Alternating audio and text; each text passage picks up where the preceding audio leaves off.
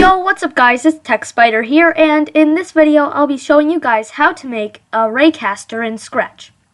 Now, in case you don't know what a Raycaster is, when it comes to Scratch, a Raycaster is basically, what it does is it renders a 3D world inside of a 2D project, and as you may know, Scratch projects are all 2D by default. So, Raycasters just make it all three-dimensional, which is very interesting, but it's also pretty advanced. In this video, I'm going to be showing you guys how to do it, and I'm also going to explain why it works. And if you don't care about finding out about why and how the Raycaster works and you just want to know how to do it, then I'll be leaving a link to the website that I found this on in the description.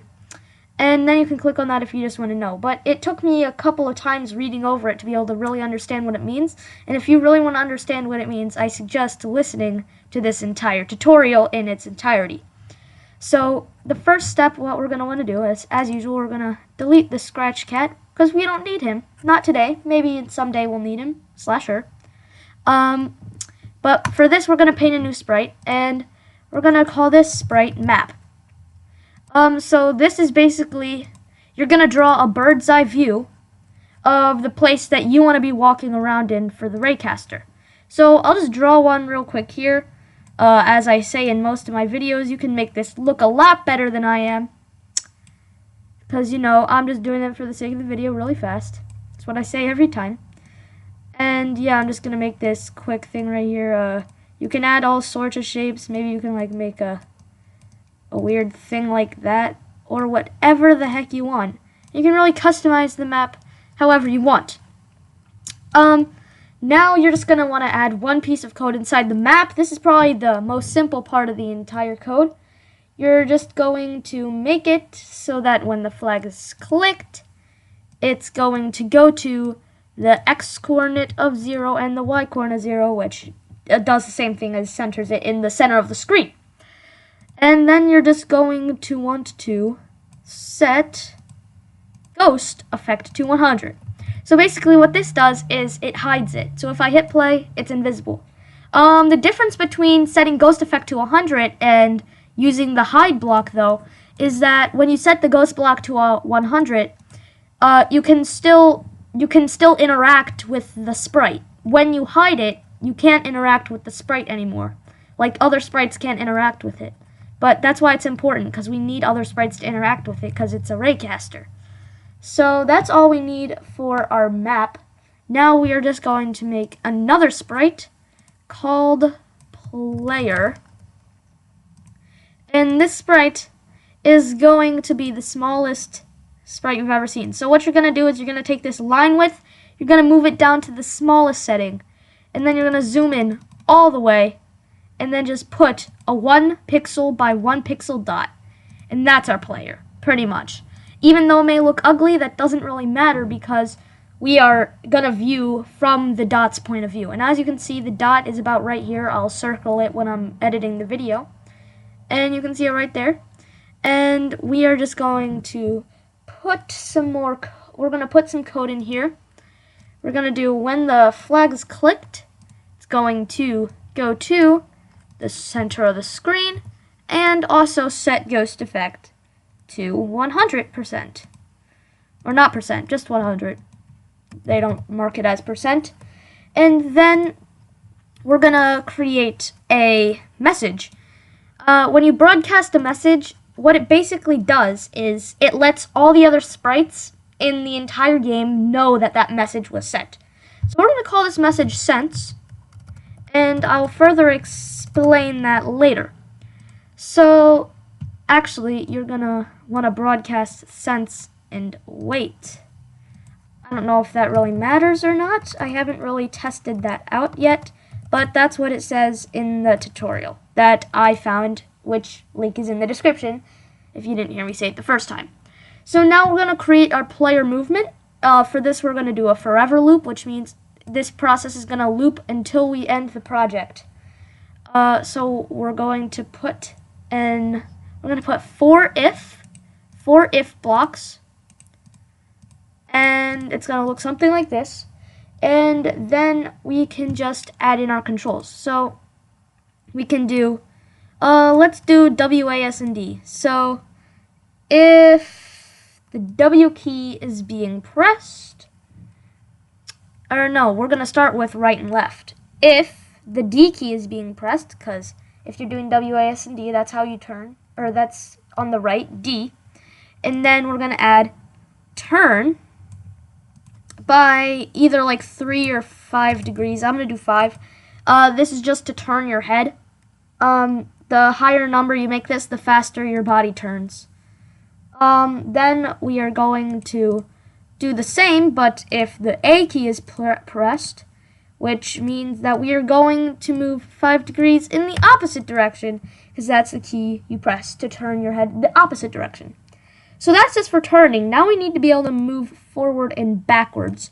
So we're going to duplicate this, and let's do the W key. You have to press the W key to move forward, because we're doing WASD controls.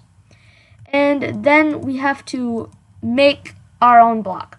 So you have to make our block, and we have to add a number input. The number input is going to be called speed, and the block is going to be called move. And make sure you check off this little box here that says run without screen refresh. This is extremely crucial because if you don't know, Scratch every time a command is done, Scratch refreshes the screen, and it won't work if we make it run with a screen refresh. So we want it to run without a screen refresh. It's extremely important. So you may wonder why we can't just have move 10 steps or whatever.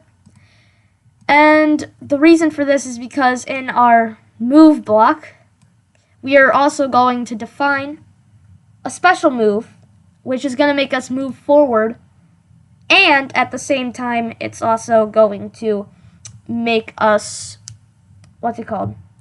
It's going to make us move forward, but it's also going to check if we're colliding with something. And if we just use the normal move block, we'll be able to walk through walls. So that's why it's important we use our custom block. So for this, we are going to move by whatever you want your speed to be. I'll just try out maybe 5. I'll try out maybe 3. That seems about good. And at this moment, I just totally forgot to change the button for moving backwards from D to S. So I just want to let you know that I forgot to do that, and I will end up fixing it later on in the video. Thanks. We can test this when we actually get our thing to work. And for when the D key is pressed, you're going to want to put -3 because that means you're walking backwards. Now the final thing you want to do before we define what move means is we are going to broadcast sense, which I will explain what sense does when we actually have to program it. So now when we have to define what move means, we know what move means. We know it's going to move forward or backward, and if it's touching a wall, it's not going to do that. So Scratch doesn't know that, though. We know it, but Scratch doesn't, so we need to let Scratch know. And the way we are going to do that is we are going to move by speed steps, and by moving speed steps, you know our speed is 3, so it's going to move 3 steps. This is the same as just saying move 3 steps, but we want to move speed steps because then it could be 3 or -3, so it's easier to do it that way. If you don't understand what's going on right now, that's completely fine because I didn't understand it at first either. But I promise if you just keep on practicing Scratch, you'll eventually understand everything. So now we also have to put an if block, if touching the map.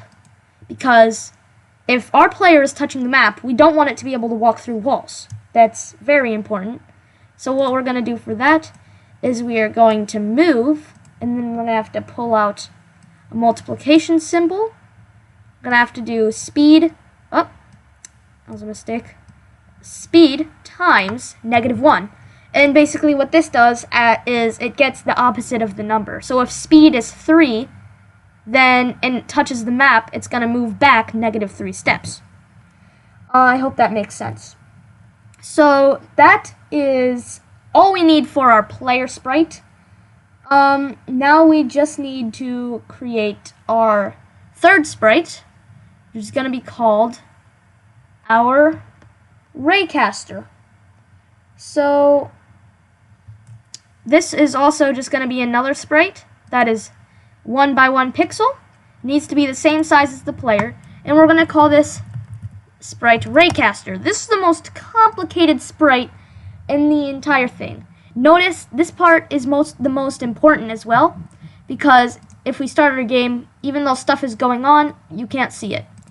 So we're going to have to program our Raycaster, and the first thing you're going to want to do is you're going to do when the flag is clicked, you're going to set the ghost effect to 100, just like all the other ones, because you don't want to see it on the screen. And now what we're going to do is we're going to make it so when we receive sense, and remember, sense was from back on our player when we broadcasted sense every time we moved. So basically, when our sense thing is going to do is we're going to make a custom block called sense, and once again we make it run without screen refresh. And the reason we're using a block instead of just putting it under the broadcast is because if we just put it under the broadcast, then it's going to, or under when I receive sense, then it's just going to, it's not going to do what we want. It's not going to run without screen refresh. The only way we can make it run without screen refresh is if we use the custom block. So now we just need to broadcast another message. This message is going to be called draw, because after it finishes sensing the environment, it is going to have to draw the environment. So guys, I had to cut this video a little bit short because I realized it was getting too long. Anyway, I'll be coming out with the part 2 really soon, so make sure to stay tuned and don't forget to subscribe. I'm out.